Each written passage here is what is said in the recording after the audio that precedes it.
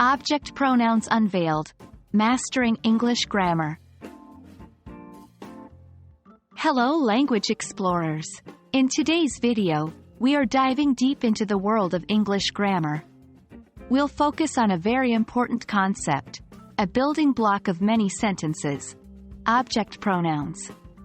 You may be familiar with subject pronouns like I, you, he, she, it, we, they.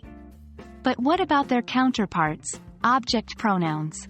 If you're feeling a little unsure, don't worry, we're here to help.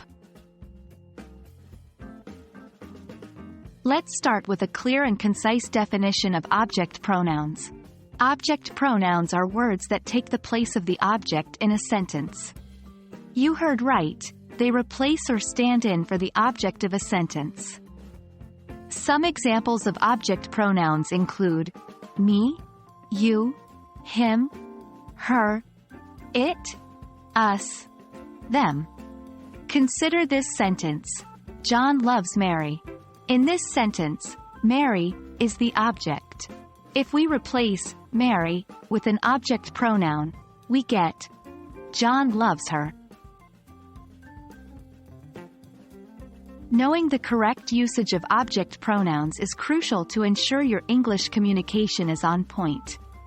Here are some rules you should remember. Use object pronouns as the object of a verb.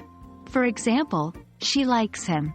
They can also be used as the object of a preposition. For example, this gift is for you. Don't forget, the choice of object pronoun depends on the gender, number, and person of the noun it is replacing. Now, you might ask, why do we even need different pronouns? Why can't I always be I?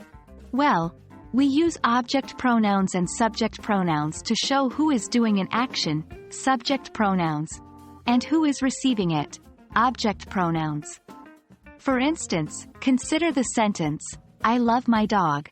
Here, I is a subject pronoun. But if we say, my dog loves me, now, me is an object pronoun. And there you have it.